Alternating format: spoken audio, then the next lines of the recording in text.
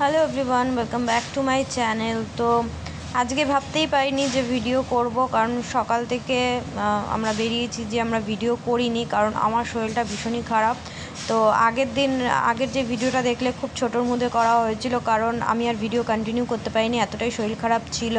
তো কী হয়েছিল চলো তোমাদের বলে দিই। আর আজকে আমরা বাড়ি ফিরে যাচ্ছি। তো তার আগেই যে এখানে মন্দারমণিতে আসা হয়েছে, যেহেতু ওরা মন্দারমণি ঘুরবে বলছিল বাড়ি ফেরার পথে, তো এর জন্য এখানে এসেছি। তো এখানে আমি বসে এখন কামরাঙ্গা খাচ্ছিলাম, কারণ সকাল থেকে কিছু খেতে পারিনি। সবাই খেয়ে বেরিয়েছিল, বাট আমি খেতে পারিনি, আমার শরীরটা খারাপ ছিল বলে মুখে কিছু ভাল লাগছিলো না। তো এখানে কামরাঙ্গা খাচ্ছিলাম, বাট সেটাও মুখে ভাল লাগছিল না। তো চলো তোমাদের বলি যে আমার সাথে কী হয়েছিল। যে আগের দিন বলেছিলাম যে হসপিটালে ছুটতে হয়েছে। তো আমার সেই বিরিয়ানি খাওয়ার পর রাত 9টার থেকে হঠাৎ করে শরীরটা একটু খারাপ করছিল। বলেছি আমি যে আমার বমি বমি পাচ্ছিলো, বমি করেছি। বাট 9টা থেকে 12টা পর্যন্ত একটানা আমার বমি হয়েছে। মানে কোনো ওষুধ দিচ্ছে স্বপন, আমি খাচ্ছি কিন্তু বমি করে দিচ্ছি, ওষুধও বেরিয়ে যাচ্ছে। জল খাচ্ছি, জলও শুধু জল বেরোচ্ছে, পেটে কিছু নেই, পেট খালি হয়ে গেছে, তাও বমি হচ্ছে। আর পেটটা ভীষণ ব্যথা করছিল। তো এতটাই শরীর খারাপ হচ্ছিল, প্রথমে ও বলছিল যে চলো একটু ডাক্তার দেখে নিয়ে আসি। হয়তো ঠিক হয়ে যাবে, ওষুধ খাচ্ছি, কিন্তু ওষুধ খেয়ে বারবার যখন বমি করেই ফেলছি, কোনো কিছুতে কাজ হচ্ছে না। মানে এমন হয় যে বমি করে আসলাম, 1 ঘন্টা পর কি 2 ঘন্টা পর বমি হলো, কিন্তু বাট কন্টিনিউয়াসলি হচ্ছিলো আমার সাথে। ভীষণই শরীরটা মানে কি বলবো, এতটা খারাপ হয়ে গেছিলো। এর আগে আমার সাথে এরকম কোনো দিনও হয়নি। তো লাস্টেও ডাক্তারের সাথে কথা বললো আমাদের এখানকার, তো উনি বললো ইমিডিয়েটলি হসপিটালে ভর্তি করে দিতে। তো আমি তো প্রথমে হসপিটালে যাবো কি না, তো বলে হসপিটালে রাখবে না। তো যাই হোক, আমরা বেরোলাম। বেরিয়ে তারপর ইঞ্জেকশন নেওয়া হয়েছে। ফোনের মধ্যেই বলা হয়েছিল, যেহেতু আমি হসপিটালেতে থাকবোই না, তো ইঞ্জেকশন 3টে ইঞ্জেকশন দিয়েছে পরপর, 2 হাতে আর কোমরে দিয়েছে। তো এই ইঞ্জেকশন নেওয়ার পর ওইখানে আমার আরেকবার বমি হয়েছে। তারপর বাড়িতে এসেছি, তো ব্যথাটা তাও ছিল, পেটে ব্যথা ছিল। তারপরে বমি কমেছে, বাট লুজ মোশন আমার শুরু হয়ে গেছিলো। মানে ভোর 5টা পর্যন্ত আমার লুজ মোশন হয়েছে। মানে এতটাই শরীর দুর্বল হয়ে গেছিলো, শরীর খারাপ লাগছিলো, কি বলবো। মানে মাথা তুলতে পারছি না, আর গায়ে জ্বরও চলে এসেছিলো। একেতে দুটো পায়ে আমার চোট লেগেছিলো, তার জন্য গায়েও জ্বর চলে এসেছিলো। আর সারা রাত আমি জেগেছিলাম, আমার সাথে সাথে তোমাদের দাদাভাইও জেগেছিলো, এতটাই শরীর খারাপ ছিল, কি বলবো। তো ভোর 5টার পর একটু ঠিক হলাম। আর 10টার মধ্যে আমাদের হোটেল ছেড়ে দিতে হতো। তো আমি কোনো কিছু গুছাইনি, এত জামাকাপড় ভেজা ছিল, এত সব জিনিস ছড়ানো ছিল যে কিছু গোছাবো, শরীরটাও ঠিক ছিল না। তো যেমন করে একটু রেস্ট নিয়ে আমি 10টা পর্যন্ত শুয়েছিলাম। হোটেল থেকে বলা হয়েছিল যে আমার যেহেতু শরীর খারাপ, আমাকে একটু রেস্ট নেওয়ার জন্যে হোটেল সঙ্গে সবাই ছেড়ে দিয়েছিলো, বাট আমি আমার রুমে শুয়েছিলাম। তারপর উঠে সেরম করে সব জামাকাপড় গুছিয়ে টুছিয়ে তো আমরা এখানে এসেছি মন্দারমণিতে। আমার কি অবস্থা হয়েছে যে আমি মানে ঠিক ছিলাম, ও ইঞ্জেকশন নেওয়ার পর সব ঠিক আছি, বাট খুব মানে না একটানা বসে থাকতে পারছিলাম, না একটানা দাঁড়িয়ে থাকতে পারছিলাম, খুব মাথা ঘোরাচ্ছিল। মানে খালি বাসের মধ্যে আমি শুয়ে শুয়ে এসেছি। আজকে আমাদের বাড়ি চলে যাচ্ছিলাম, তো আমি পুরো রাস্তা শুয়ে শুয়ে বাড়ি গেছি। আর এখানে মন্দারমণিতে এখন তোমরা দেখবে যে এই যে লাইফ জ্যাকেটগুলো পরছি, তো এইটা আমার করার একদমই ইচ্ছা ছিল না। তো আমি তো ভেবেছিলাম যে আজকেও স্নান করবো, এরকম প্ল্যানিং করে রেখেছিলাম, বাট আমার তো মুডই ভালো নেই, যেহেতু শরীরটা ভালো নেই, কিছুই করতে ইচ্ছা করছিল না।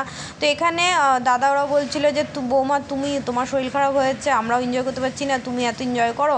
তো তুমি না গেলে বাচ্চারাও যাবে না কেউ, যেহেতু এই ইয়েতে করে বোটে করে সেই সমুদ্রের ওখানে যাওয়ার কথা। তো আমি বলছিলাম আমার শরীর ভালো নেই, একেতে বারবার মাথা ঘোরাচ্ছে, আমি যেতে পারবোই না। বাট আমার বর ওরা সবাই বলে যে চলো, সবাই বলছে এত করে যখন চলো, ভাল লাগবে। তো লাস্টে যে আমার চেহারা দেখে তোমরা বুঝতেই পারবে যে আমার কিচ্ছু ভাল লাগছিল না, চেহারাটাও কেমন হয়ে গেছে, একদিনে শরীর খারাপে এরকম হয়ে গেছে। তো যাই হোক, ওরা জোর করলো, তো ওদের সাথে গেলাম। আর কিন্তু যাওয়ার পর সত্যি কথা বলতে পরে একটু ভালোও লাগলো, একটু ফ্রেশও লাগছিলো। আর আমি তো 2 দিন ধরেই বলছিলাম যে ঠিকমতো স্নান করা হয়নি, আজকে যদি মন্দারমণিতে আসি তো স্নান করব। বাট সেটা মানে সেই প্ল্যানিং করে আসিনি, যেহেতু শরীর খারাপ হয়ে গেছে হট করে আগের দিন রাতে, তো আর কি স্নান করব। তো ওই অবস্থায় যাই হোক, ওই বোটে যখন চড়া হয়েছে, যে ওখানে যে ভিজে যাব বুঝতে পারিনি। আর ভীষণ ভীষণ ভালো লেগেছে, লাইফে এই প্রথম এক্সপিরিয়েন্স করলাম এটা। মানে এর আগেও আমরা ঋষিকেশ, তারপর আরও মানালিতে গেছিলাম যখন বোটিং করেছিলাম, তো রাফটিং করেছিলাম, তো সেটা অন্যরকম ছিল, আর এটা ভয়ানক ছিল। সত্যি কথা বলতে সমুদ্রের একদম মাঝখানে নিয়ে গেছে।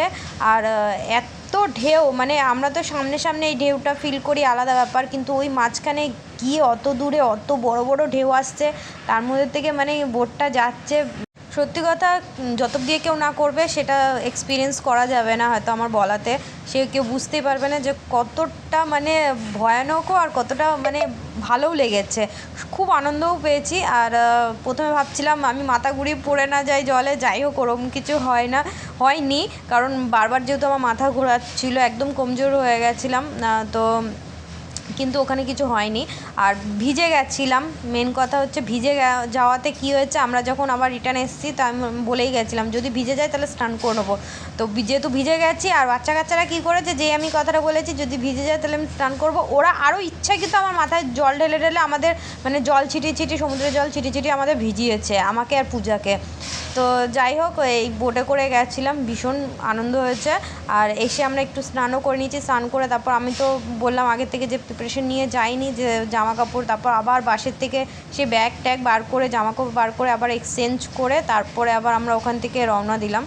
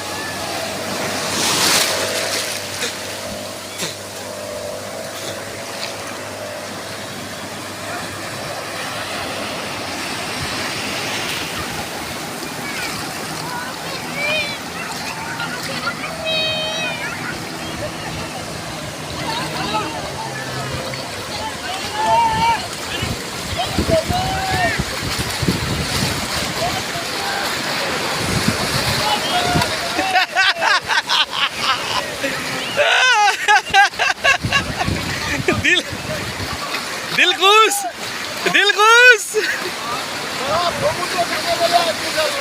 দিলকুশ সমুদ্র কি জিনিস, এই ভিডিওটা চাই আমার। তো মন্দারমণিতে বোর্ডিং করার পর তারপর অনেক স্নান টান করেছি, যেহেতু পুরো ভিজে গেছিলাম, বললাম স্নান করবো তো স্নান করেই ফেলেছিলাম।